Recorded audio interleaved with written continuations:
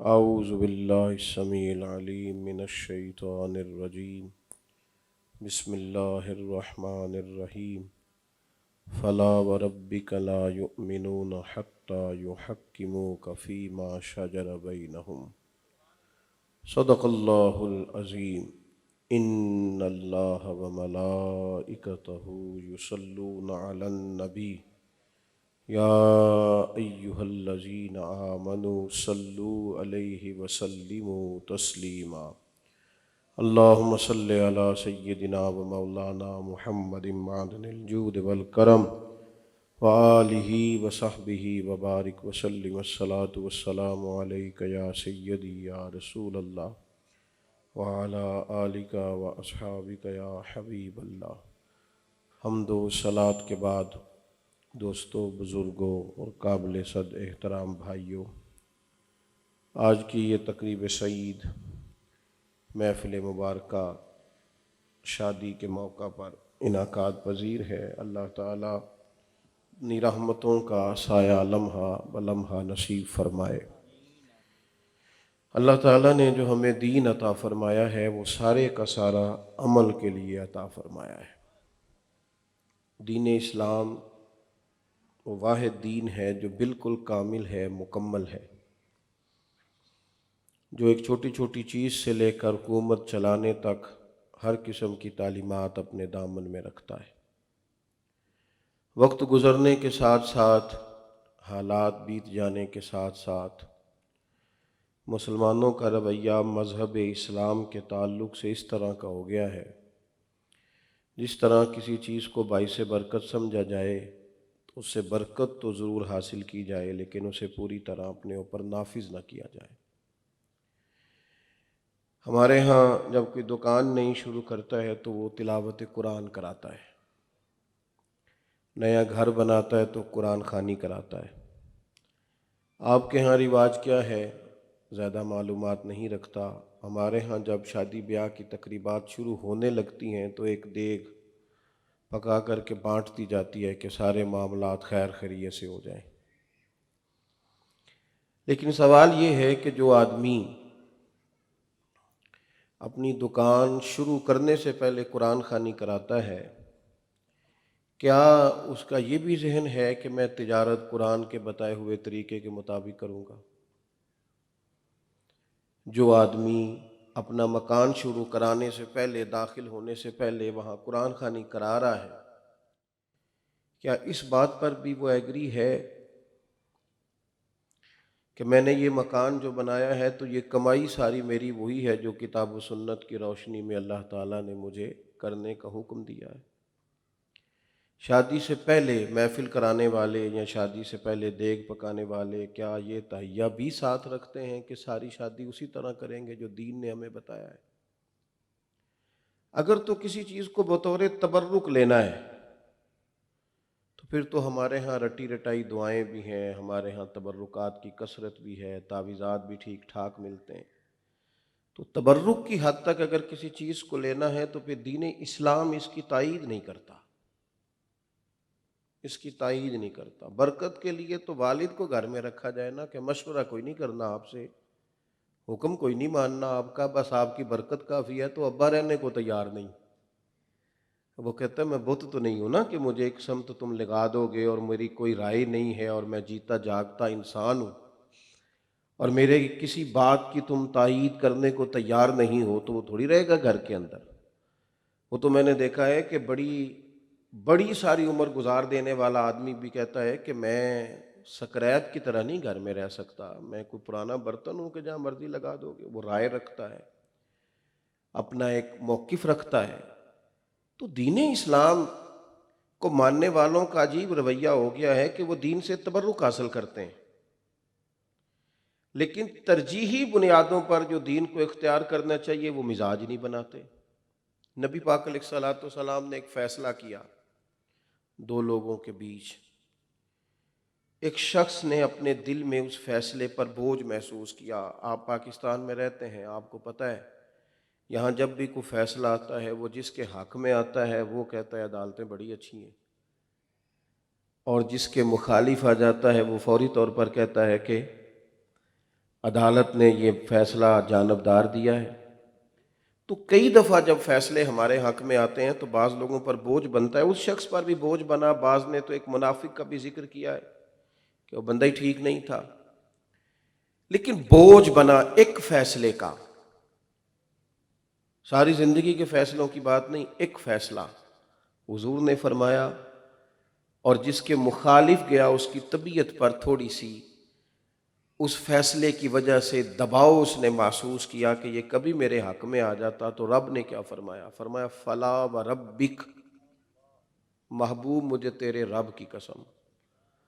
اور یہ انداز محبت والا یہ قرآن مجید میں اس جگہ پہ صرف ایک ہی ہے پورے قرآن میں، اس ترتیب سے فلا و ربک، رب خود کہتا ہے محبوب مجھے تیرے رب کی قسم، تیرے رب کی قسم، لا یؤمنون حتی یحکموک فیما شجر بینہم، جب تک یہ اپنے ہر فیصلے میں آپ کو حاکم نہیں مانتے، آپ کا رب انہیں مومن ہی نہیں مانتا۔ جب تک ہر فیصلے کا حکم حضور سے تسلیم نہ کر لیا جائے، اللہ کہتا ہے مومن ہی نہیں۔ ہمارے ہاں لوگ جنازے کا طریقہ رسول پاک سے پوچھتے ہیں اور شادی کا، ہمارے ہاں ختم شریف کے موقع پر دین پورا یاد آتا ہے اور ولیمے والے دن، ہمارے ہاں دوست محدود ہیں، وہ ڈرائنگ روم سے اندر نہیں آ سکتے، اور مووی والے کو اجازت ہے تمام عورتوں کی تصویر سازی کرنے کی۔ یہ کیسے ہو گیا؟ اللہ کے بندو، حضور کا ہر فیصلہ اور ہر معاملے میں فیصلہ صحابہ کرام علیہم رضوان نے قبول کیا، اور پھر کھلے دل سے قبول کیا، اور تسلی سے قبول کیا، اور کھلی آنکھوں سے قبول کیا۔ ہم لوگ نا تیزی سے ایک نفسیاتی بوجھ کے نیچے آئے ہیں، اور وہ بوجھ غریبوں میں بھی ہے، امیروں میں بھی ہے، گمنام لوگوں میں بھی ہے، مشہور لوگوں میں بھی ہے، سب میں ہے ایک عجیب سا بوجھ۔ وہ نفسیاتی بوجھ یہ ہے کہ لوگ میرے حق میں رہیں، حالانکہ ایسا ممکن نہیں۔ لوگوں کا مزاج بھی بدلتا ہے، رائے بھی بدلتی ہے، اور لوگوں کا معیار بھی روز بدلتا ہے۔ حضرت مولا علی شیر خدا کرم اللہ تعالی وجہ الکریم فرمایا کرتے تھے، یہ لوگوں کو راضی کرنے والا بندہ اس طرح ہے جس طرح بکریاں چرانے والا چرواہا ہوتا ہے۔ وہ ادھر والی بکریاں ہانک کے لائے تو ادھر والی نکل جاتی، اور ادھر والی کو ہانک کے لائے تو ادھر والی نکل جاتی۔ تو حضور کریں کیا؟ فرمایا تم رب کو راضی کرو، اگر اللہ رسول راضی ہو گئے تو لوگوں کے دلوں میں محبت پیدا کر دیں گے، خود بخود لوگوں کا رجوع ہو جائے گا۔ مقدم اللہ رسول کے فیصلے کیے جائیں اپنی زندگی میں، اور ان کو پوری طرح نافذ کیا جائے، اور طبیعت ان کا بوجھ نہ محسوس کرے کوئی بھی، پوری طرح نہیں۔ ہمارے ہاں یہ ہوتا ہے کہ بعض جگہ پہ مذہبی لوگ بھی احساس کمزوری کا شکار ہو جاتے ہیں، اور ہمارے ملک کا یہ مجموعی مسئلہ بھی ہے، یعنی باہر سے کوئی آ جائے تو صرف غریبوں کی نہیں، وزیروں کی بھی دوڑیں لگ جاتی ہیں۔ محسوس ہوتا ہے کہ بیچارے بڑے پریشان ہیں، پتہ نہیں کیا ہونے لگا ہے، وہ بھی ایک بندہ ہی آیا ہے، کیا ہو گیا؟ اتنی جلدی روب کا شکار نہ انسان ہو، وہ تھوڑا سا مطمئن ہو اللہ رسول کے فیصلوں پر۔ وہ خوبصورتی جو اللہ رسول کی بارگاہ سے اس نے حاصل کیا ہے، وہ پوری طرح سے اسے انشراح صدر ہو۔ آپ کو پتہ ہے جو لوگ سادہ طرز زندگی اپناتے ہیں وہ زیادہ پریشان نہیں ہوتے کہ لوگوں نے مجھے دیکھا کہ نہیں دیکھا، لیکن جو نئے ڈیزائن کے کپڑے پہنتا ہے نا، یا کوئی نیا رنگ اختیار کرتا ہے، بیچارہ ٹینشن میں بڑی رہتا ہے کہ دیکھو انہیں پیسے لاتے ہیں، کسی تکیہ ہی نہیں۔ وہ بار بار اپنے آپ کو دیکھتا ہے، گھنٹوں لوگ بیچارے آئینے کے سامنے کھڑے رہتے ہیں، حالانکہ اس نے تو جھوٹ بولنا نہیں، وہی بتانا ہے جو ہے، لیکن بار بار اس سے سوال جواب کرتے ہیں۔ عزیزو، نارمل طرز زندگی وہ ہے جو رسول کریم نے ہمیں عطا فرمایا ہے، سادہ طرز زندگی، خوبصورت طرز زندگی، اور حضور کے فیصلوں کو قبول کرنا۔ ایک صحابی تھے حضرت جلابیب رضی اللہ تعالیٰ عنہ، صحیح حدیث میں ان کا تذکرہ موجود ہے۔ کچھ زیادہ خوبصورت رنگ روپ نہیں تھا، اور مالی طور پر بھی زیادہ مستحکم نہیں تھے۔ اللہ کے محبوب نے ان کا نکاح کرنا چاہا، تو حضور علیہ الصلوۃ والسلام نے ان سے کہا کہ فلاں قبیلے کے آدمی کے پاس جاؤ اور اسے کہو اپنی بیٹی کا نکاح تیرے ساتھ کر دے۔ عقیدہ توحید و رسالت کو سمجھیں یہ کیا ہے۔ عقیدہ توحید و رسالت اپنے آپ کو اللہ رسول کے حوالے کر دینے کا نام ہے۔ رب کا ہر فیصلہ قبول ہو، وہ جس حال میں رکھے قبول ہو، جس حال میں۔ جو 14 لوگ بدر میں شہید ہو گئے تھے انہیں بھی فیصلہ قبول تھا، اور جن کو بعد میں گوردنیاں نصیب ہوئی انہیں بھی فیصلہ قبول تھا۔ جو ابتدائی اسلام میں جان دے گئے وہ بھی بڑے ناز سے گئے، اور جو 40 سال بعد میں بھی موجود رہے وہ بھی اللہ کے احسان مند رہے۔ ہر فیصلہ قابل قبول، ہر فیصلہ۔ حضرت جلابیب کے لیے اللہ کے محبوب علیہ السلام نے بھیجا، فرمایا جاؤ جا کے وہاں پیغام نکاح دو۔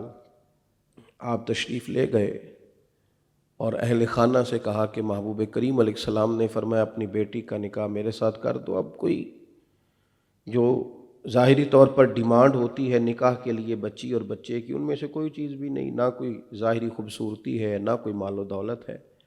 تو گھر والوں نے تھوڑا غور غوض کیا، توجہ کی، اور پھر کہا کہ ہم خود حضور کی بارگاہ میں حاضر ہوں گے۔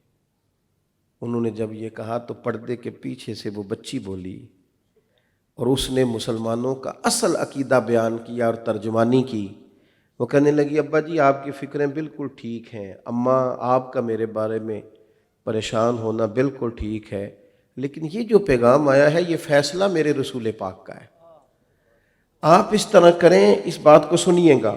وہ خاتون عرض کرتی آپ اس طرح کریں، مجھے نا اللہ رسول کے حوالے کر دیں، رب رسول مجھے کبھی ضائع نہیں ہونے دیں گے، آپ مجھے حوالے کر دیں۔ خدا سپردگی، ہم اپنے آپ کو اپنے سپرد کیے ہوئے ہیں، اپنی عقل سے، اپنی سیاست سے، اپنے حساب سے جینا چاہتے ہیں۔ تھکا دیا لوگوں نے، بھگا بھگا کے رسم و رواج نے، طرز زندگی نے تھکا دیا۔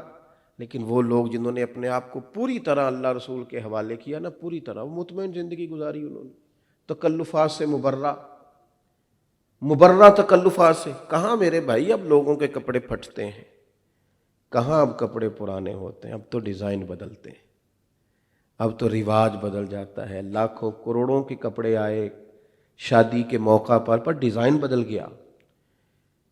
اور کچھ لوگ ایسے تھے جو آج بھی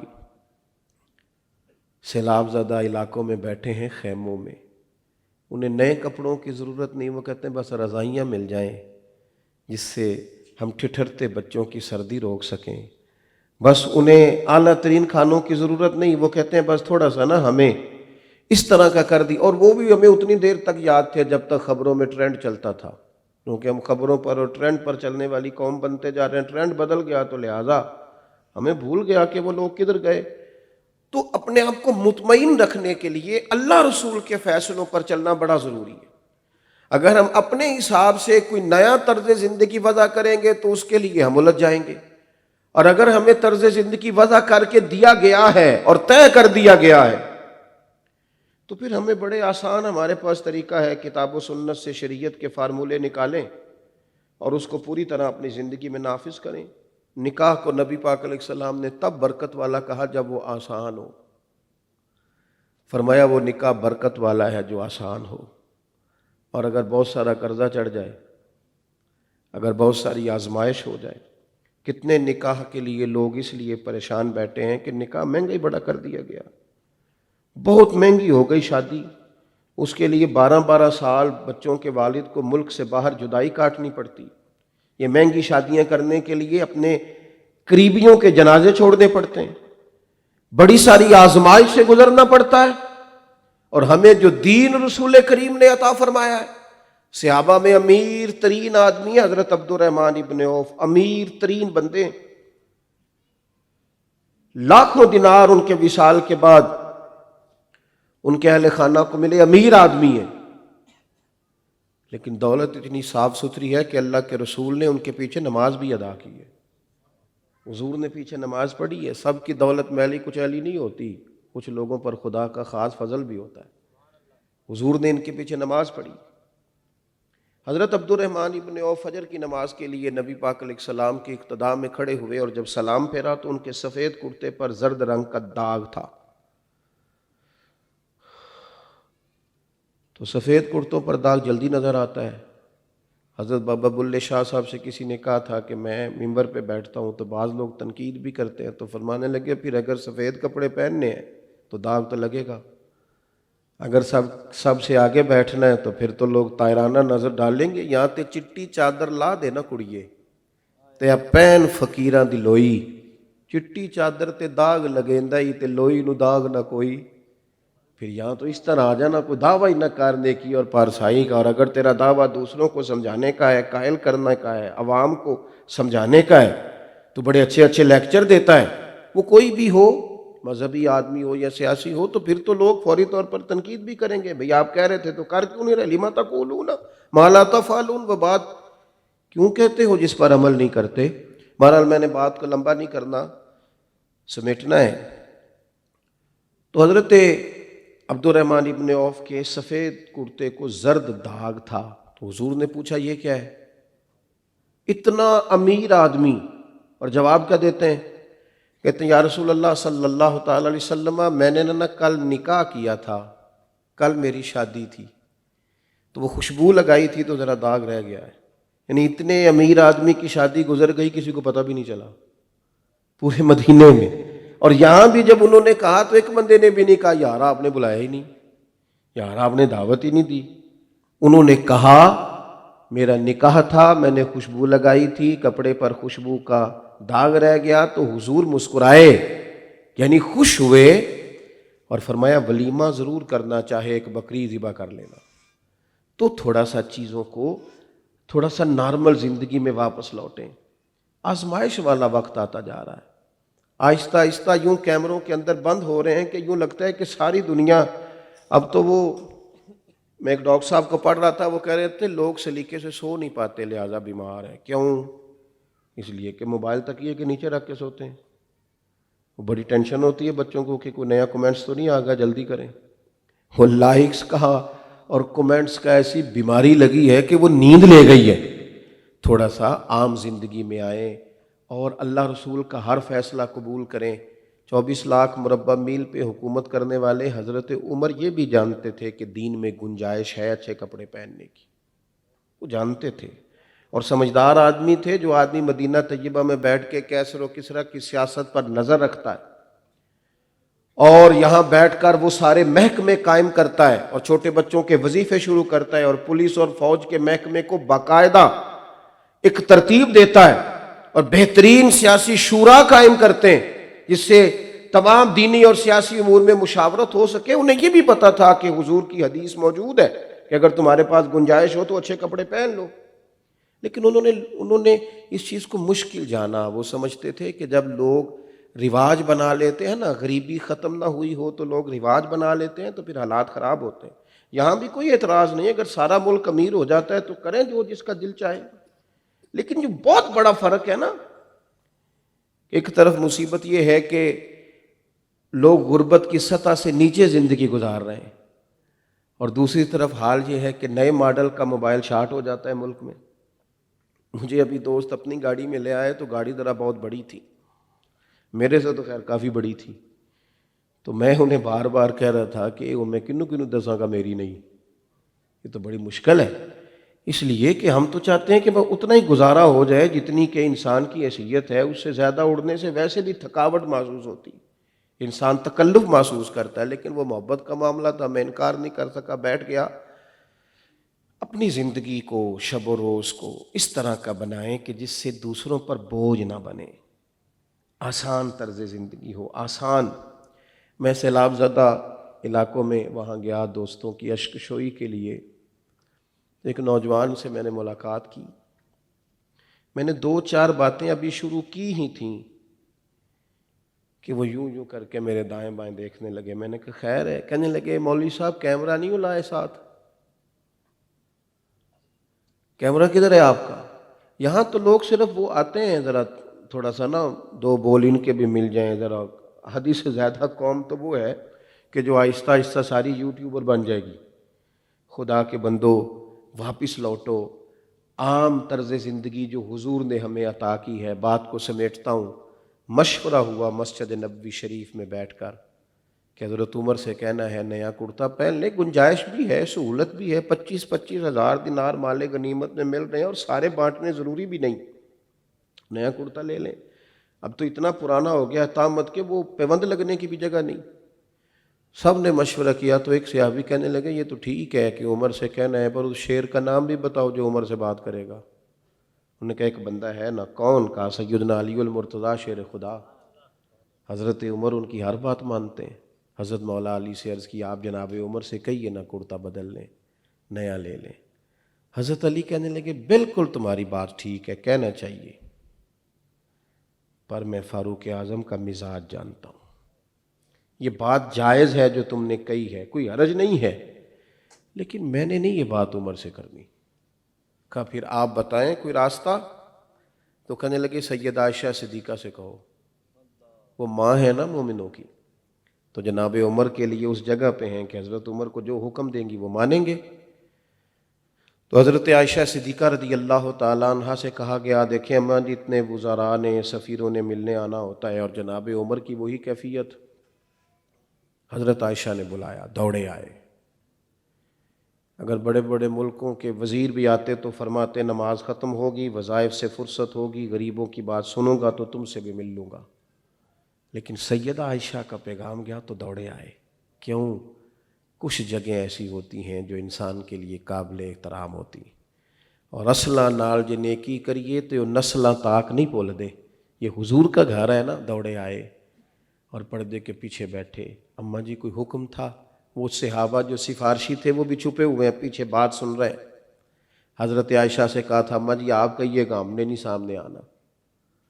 تو سیدہ فرمانے لگی امیر المومنین، خیال ہے صحابہ کا کہ اگر آپ نیا کرتا لے لیں تو دین میں اجازت بھی ہے اور آپ گنجائش بھی رکھتے ہیں، حرج کیا ہے؟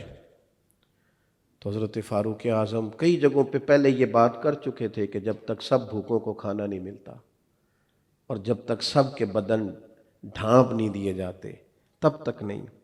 آج انہوں نے اس بات کا بھی اپنے جذبات میں اعادہ کیا اور فرمایا کیا؟ کہنے لگے اماں جی ٹھیک ہو گیا، آپ کا حکم آیا کرتا بدل لو تو شام سے پہلے لے لوں گا، ایک بات کی اجازت ہے؟ کہا فرمائیے۔ تو کہنے لگے یہ جو میں نے کرتا پہنا ہے نا، میں نبی کریم کے سامنے بھی یہی پہن کے جاتا تھا اور اسی طرح بیٹھتا تھا۔ ابو بکر صدیق بھی یوں ہی مجھ سے مشورے کرتے تھے، داڑھی سفید ہو رہی ہے، پھل پکتا جا رہا ہے، کسی وقت گر جائے گا، دل کرتا ہے وہیں کھڑا رہوں جہاں حضور نے ہمیں چھوڑا تھا، اگر آپ اجازت دیں تو وہیں کھڑا رہوں ورنہ آج ہی لے لوں گا۔ یہ بات ختم ہوئی تو سناٹا بچھا گیا، دونوں جانب سے چپ لگ گئی۔ دیر کے بعد حضرت عائشہ کی ہجکی کی آواز آئی، وہ روئیں اور فرمانے لگی عمر بات صحابہ کی بھی ٹھیک تھی، پر جہاں آپ کھڑے ہیں آپ تو بالکل ہی ٹھیک ہیں، لہٰذا جیسے چاہیں ویسے وقت کو بتائیں۔ دوستو کوئی حرج نہیں ہے، جائز پیسے ہوں تو لمبے چوڑے بھی معاملات کریں، لیکن تھوڑا سا پیچھے پلٹ کر ضرور دیکھیں۔ گاؤں سے آ کر پڑھنے والے بھول ہی گئے ہیں کس کی ماں نے کتنا زیور بیچا تھا، پیچھے بھی تو لوٹنا ہے نا۔ وہ میرے گاؤں کا غریب دہقاں سڑک کے بننے پہ تھا کیوں پریشاں، جب اس کے بچے شہر میں جا کر کبھی نہ لوٹے تو لوگ سمجھے۔ پھر سمجھ آئی لوگوں کو کہ یہ سڑک کی اتنی مخالفت کاہے کو تھی۔ تھوڑا سا حضور کے ہر حکم کی پابندی کی کوشش فرمائیں، چیزوں کو دیکھیں۔ میرا مضمون مکمل ہو گیا۔ ایک ہوتا ہے فقیری میں فقیری کرنا، وہ بھی اچھی بات ہے، لیکن زیادہ اچھی بات ہے بادشاہی میں فقیری کرنا۔ یہ جو نبی پاک نے فقیری کی ہے نا، یہ فقیری میں فقیری نہیں، یہ بادشاہی میں فقیری ہے۔ یہ جو حضرت صدیق اکبر نے فقیری کی ہے، یہ فقیری میں فقیری نہیں، یہ بادشاہی میں فقیری ہے۔ اور یہ جو حضرت عمر نے فقر کیا ہے، یہ بادشاہی کی فقیری ہے۔ یہ بڑی مزیدار ہوتی ہے، بڑی مزیدار۔ سلام اس پر کہ جس نے بادشاہی میں فقیری کی، محبوب نے بادشاہی میں فقیری کی ہے۔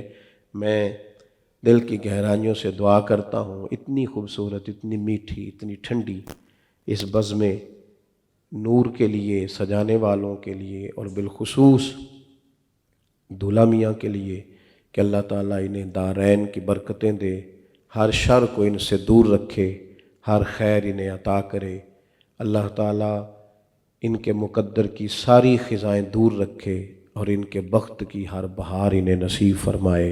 آخر دعوایا ان الحمدللہ رب